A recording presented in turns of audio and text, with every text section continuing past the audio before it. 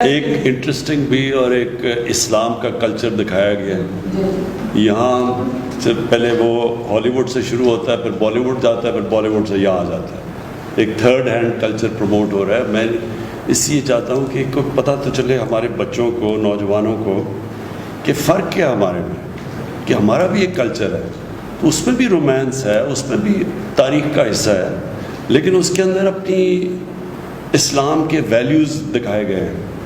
اور بدقسمتی سے جو مجھے بڑا افسوس سے کہنا پڑتا ہے، جو میں دیکھ رہا ہوں یہ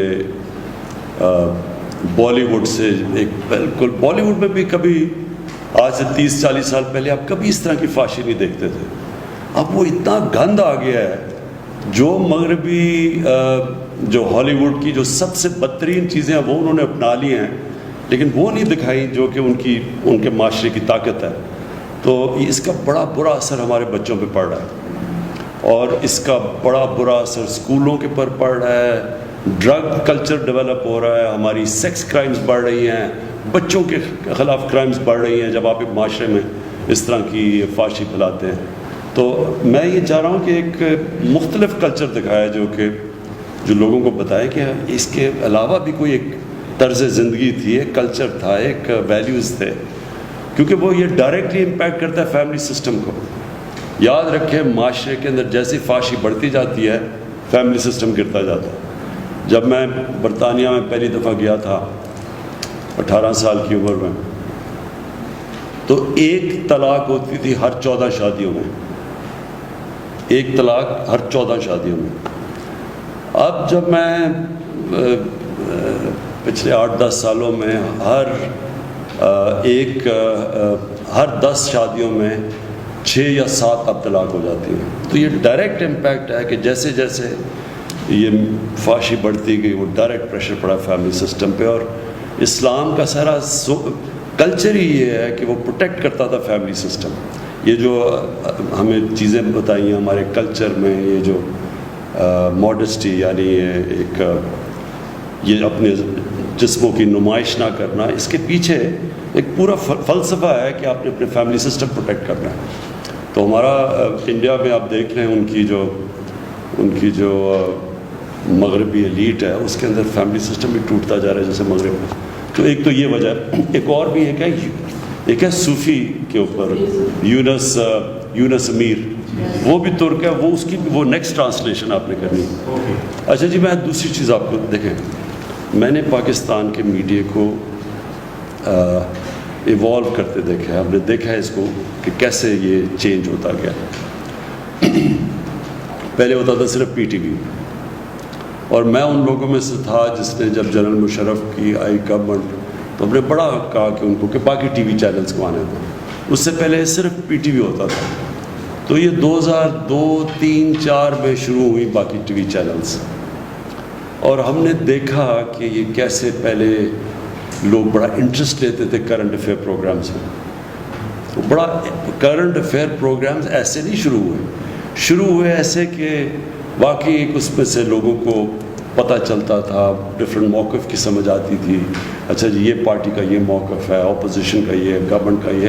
بڑا اچھا شروع ہوا ایسے، اور اس میں کئی اینکرز ایک دم بڑے اوپر آ گئے. جتنے وہ اچھے کرتے تھے تو وہ اوپر آنے شروع ہو گئے. پھر ہوا کیا، یہ چلتا گیا. اگر آپ دیکھیں ان کی ratings T V chat shows کی، تو یہ بڑھتی گئی 2010 تک، 2011 تک یہ ٹی وی چینلز کی جو کرنٹ افیئر بڑھتی گئی، اور یہ بڑھتا گیا. اور یہ آخر میں یہ وہ سٹیج آ گئی کہ جو چیٹ شوز کی جو لوگ دیکھتے تھے، لوگوں کے لیے بے معنی ہو گئی چیٹ شوز. وہ کیوں ہو گئی؟ کیونکہ وہاں تو صرف ایک بازار لگ گیا، وہ اس کو برا کہے، کوئی اس کو برا کہے. بیچ میں جو اصل جو لوگ انفارمیشن لینا چاہتے ہیں وہ کم ہونی شروع ہو گئی. تو آپ جب بات کرتے ہیں نا کہ یوٹیوب کے اوپر لوگ آ رہے ہیں اور آپ کی سنتے ہیں، کیونکہ لوگ انفارمیشن چاہتے ہیں. تو جب وہ دیکھتے ہیں کہ ٹی وی چیٹ شو میں ایک دوسرے کے شور مچا ہوا، برا بھلا ایک دوسرے کو کہہ رہے ہیں، بیچ میں سے نکلتا کچھ بھی نہیں ہے، کوئی کچھ کہہ رہا ہے، کوئی کچھ کہہ رہا ہے. اصل میں تو لوگ جو سچ لوگ ڈھونڈنا چاہتے ہیں وہ چھپ جاتا ہے. تو تو آپ سب کے لیے دیکھیں میرا جو زندگی کا ایکسپیرئنس ہے وہ یہ کہ اللہ الحق ہے. جو سچ ہے نا وہ چھپتا نہیں ہے زیادہ دیر. آپ کسی کو پیسے بھی دے دیں, آپ میڈیا کو بھی کھلا دیں, لیکن جو عوام ہے وہ آخر میں وہ سچ ڈھونڈے گی. آپ کبھی بھی کوئی کسی میڈیا اونر کا یہ خیال نہیں ہونا چاہیے, اس میں یہ تکبر نہیں ہونا چاہیے کہ وہ کسی کو عزت دے گا یا کسی کو ذلت دے گا. یہ چیز اللہ نے اپنے ہاتھ میں رکھی ہوئی ہے. یہ کبھی کوئی انسان کسی کو نہ ذلیل کر سکتا نہ اس کو عزت دے سکتا. وہ اس کی وجہ یہ ہے کہ اگر یہ ہوتا تو سارے امیر لوگ عزت دار ہو جاتے اور غریب لوگ ذلیل ہو جاتے. ایسا ہے نہیں, اس لیے کیونکہ عزت اللہ نے اپنے ہاتھ میں رکھی ہوئی ہے اور وہ دیتا ہے وہ لوگ جو رائے حق پہ ہوتے ہیں. تو آپ کے لیے جو سب سے بڑا ایڈوائس میرا یہ ہے, میں نے اینکرز کو اوپر جاتے اور نیچے آتے دیکھا. کتنے اینکرز کو میں نے دیکھا, اس میں دو چیزیں ان کے راستے میں زوال میں دو چیزیں ہوتی ہیں. ایک جو اینکر اپنی میں اور اپنی انا کو اتنا بڑا بنا دیتا ہے کہ وہ سمجھتا ہے کہ وہ اس لیے نہیں بڑا بنا کہ وہ لوگوں کے سامنے حقائق پیش کرتا ہے, وہ ایک ایسی ہیلدی ڈبیٹ کرتا ہے جس سے عوام میں زیادہ شعور پیدا ہو. وہ جو اپنی ذات کے اوپر آ جاتا ہے کہ اچھا میں فیصلہ کروں گا, یہ اوپر جائے گا یہ نیچے جائے گا. جب اینکر کے اندر یہ آ جائے یہ تکبر, آپ یہ سمجھ جائیں کہ وہ اینکر اب نیچے چلا جائے گا اور آپ کے سامنے بڑے اینکر اوپر سے نیچے آئے ہیں. اور دوسری چیز, جو اینکر جب تک لوگ یہ سمجھتے ہیں کہ یہ اصل میں یہ غلطیاں بھی کرے گا لیکن یہ ہے سچا آدمی, یہ ہے قوم کے لیے بات کرے گا, یہ رائے حق پہ کھڑا ہوگا, تب تک لوگ ہمیشہ اس کو سنیں گے, اس کا گراف اوپر جائے گا. جب ان کو یہ ہو گیا نا, اور کئی ایسے اینکرز آپ نے دیکھا ہوگا, جب ان کی کریڈیبلٹی گئی کہ جی لوگوں نے کہا اچھا جی یہ جو بات کر رہا ہے اس میں تو, جب اس کی 3-4 چیزیں پروو ہو جائیں کہ یہ اس نے سچ نہیں بولا یا اس نے مس لیڈ کیا لوگوں کو, غلط تو اس کے جب کریڈیبلٹی جاتی ہے آپ یہ سمجھ آئیں کہ اینکر کا پھر گراف نیچے جانا شروع ہو جاتا ہے. تو آپ کے لیے تو بڑا امپورٹنٹ ہے یہ جو آپ کے لیے. اچھا لوگ بڑی جلدی فیصلہ کر لیتے ہیں کہ یہ ملک کے لیے کون کھڑا ہوتا ہے, کہ جو بھی ہوگا یہ چاہے گورنمنٹ اگر سچ بولے گی تو گورنمنٹ کے ساتھ ہوگا, اپوزیشن بولے گی اپوزیشن کے ساتھ ہوگا. جب لوگوں کو یہ اعتماد ہو جاتا ہے نا کہ سچ کے ساتھ کھڑا ہوگا, لوگ اس کو واچ کریں گے, وہ اوپینین میکر بن جائے گا, اس کی رائے امپورٹنٹ ہو جائے گی پبلک کے اندر, جس کو اوپینین میکر کہتے ہیں. لیکن جب لوگوں نے یہ دیکھا کہ یہ فرمائشی یا یہ کسی سے کوئی پیسہ ملا یا کچھ اس کی وجہ سے کچھ کر رہا ہے, آٹومیٹکلی وہ نیچے آ جاتا ہے. اس لیے یہ آپ کے لیے بڑا امپورٹنٹ ہے کیونکہ آپ ینگ ہیں اور یہ بڑی اچھی اپرچونٹی ہے. دیکھیں ہر دور میں اللہ اپرچونٹیز دیتا ہے. اب یہ آپ کو اپرچونٹی مل گئی یوٹیوب میں, یہ بڑا اچھا ہے, ایک لوگ اپنی اس میں کریئر بنا سکتے ہیں اور یہ بھی چینج ہوتا ہے. اچھا اتنی تیزی سے سوشل میڈیا چینج ہو رہا ہے اور آپ کو سب کو پتہ ہوگا کہ جو سب سے پہلے پارٹی جس نے سوشل میڈیا کو اپنایا تھا وہ تحریک انصاف تھی. اس سے پہلے کسی کو نہیں سمجھتی سوشل میڈیا کی. تو ہم سب سے پہلے یہ فیصل سب سے زیادہ ڈاکٹر الوی ہم نے اپنی یہ شروع کی, اپنے ممبرز بنائے, اور تو تب تک کسی کو پرانی پارٹیز کو سمجھ ہی نہیں تھی کہ سوشل میڈیا کتنی بڑی ایک طاقت بن کے اوپر ہے. تو اب تو یہ اور آگے چلا گیا اور یہ پھر چینج بھی ہوتا رہتا ہے. ٹائم کے ساتھ سوشل میڈیا بھی بدلتا جاتا ہے. یہ جس طرح آپ نے کہا کہ فیس بک سے اب یہ یوٹیوب کی طرف لوگ آ رہے ہیں, اور اس طرح چینج ہوتا جائے گا. اور پھر واٹس ایپ گروپس بن گئے ہیں اور نئی چیزیں آتی رہیں گی. تو جو ایک انسان یا معاشرہ یا ادارہ, ایک انگریزی کا ورڈ ہے to stay ahead of the curve, to stay ahead of the curve, یعنی جو بھی آگے کا دیکھ رہا ہوتا ہے وہ جو پہلے دیکھتا ہے کہ اب ادھر جا رہا ہے تو وہ ٹائم کے ساتھ آگے جاتا ہے, ٹائم سے پہلے چیزیں اسپاٹ کر لیتا ہے, وہی دنیا میں آگے جاتے ہیں. جس طرح یہ سارے سلیکن ویلی میں یہ جائنٹس بن گئے, ینگ لڑکے دیکھتے دیکھتے کہاں سے کہاں پہنچ گئے. وہ ہے وہ جو مارک زکربرگ, ینگ لڑکے. تو یہ اپرچونٹیز کبھی دنیا کی تاریخ میں پہلے نہیں تھی. یہ جو اب اپرچونٹیز آ رہی ہیں تو آپ کے لیے بڑا اچھا ٹائم ہے. لیکن میں یہ پھر سے آپ کو ایمفسائز کروں گا, لوگ دیکھ لیتے ہیں کہ عوام دیکھ لیتی ہے کہ کون رائے حق پہ ہے. آج نہیں, تھوڑی دیر کے لیے لوگ, وہ ایک ابراہیم لنکن کی سینگ ہے, بڑی اچھی سینگ ہے کہ تھوڑی دیر آپ سب کو پاگل بنا سکتے ہیں اور سارا وقت صرف آپ تھوڑے سے لوگوں کو پاگل بنا سکتے ہیں. لیکن سارا وقت کوئی بھی آج تک سارے لوگوں کو پاگل نہیں بنا سکا, کیونکہ اللہ الحق ہے.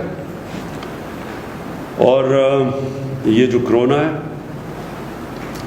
یہ یاد رکھیں بہت بڑا امتحان اللہ نے ہمیں نہیں, پاکستان ہی نہیں, ساری دنیا پہ بہت بڑا امتحان دیا.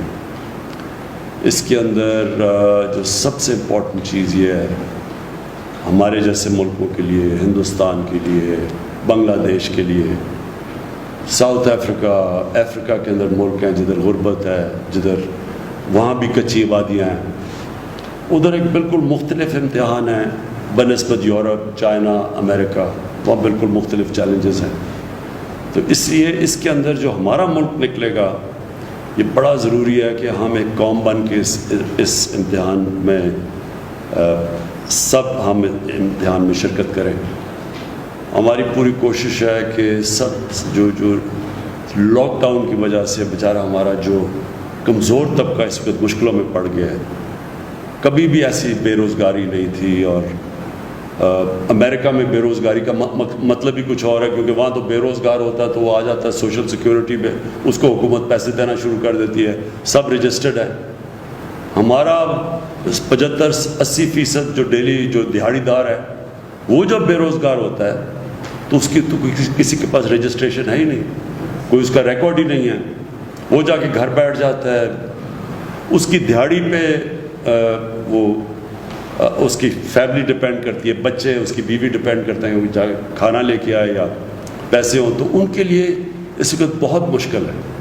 جس کی وجہ سے میں ہمیشہ سمجھتا تھا کہ ہمیں لاک ڈاؤن مختلف طریقے سے کرنا چاہیے تھا, یعنی شادیاں, کالجز, یونیورسٹیز, میچز وغیرہ جدھر لوگ جمع ہوتے ہیں وہ تو بند کر دینے چاہیے تھے. لیکن ہمیں کاروبار نہیں بند کرنا چاہیے تھا, اس میں سوچ سمجھ کے کاروبار کے اندر, مثلا دکانیں بھی ہم 1-2-3 دکانیں چھوڑ کے ان کو کھول دیتے اور پھر یعنی روٹیٹ کرتے تھے تاکہ روزگار چلتا رہتا. یہ چھاپڑی والے, ان سب کو ہمیں کرنا چاہیے تھا. لیکن ایک دم جو سب کچھ بند ہو گیا, اس سے ہمارے جیسے معاشرے میں بڑی مشکلات میں لوگ پڑے ہوئے ہیں. تو اب ہم سلیکٹیو کھول رہے ہیں, کنسٹرکشن کھول رہے ہیں, کاروبار کھول رہے ہیں, لیکن اس کو کھلتے کھلتے بھی ٹائم لگے گا اور تب تک بڑی مشکلات میں لوگ, جس کی وجہ سے ہم کوشش کر رہے ہیں کہ ہم یہ احساس کیش پروگرام سے اور بھی پروگرامز کر رہے ہیں تاکہ ہم لوگوں تک پہنچ سکیں. لیکن سب سے پہلے تو آج کوئی بھی دنیا میں نہیں کہہ سکتا کہ کرونا کب قابو میں آئے گی, کوئی بھی نہیں کہہ سکتا. تو جو ساری دنیا کوشش کر رہی ہے کہ کرونا کے ساتھ گزارا اب ہم کیسے کریں گے, کرونا بھی ہو اس کو بھی روکیں لیکن ہمارا کاروبار بھی چلتا رہے تاکہ ہمارے بیچارے لوگ بھوکے نہ مریں. تو ہمارے لیے اب سب سے بڑا یہ چیلنج ہے.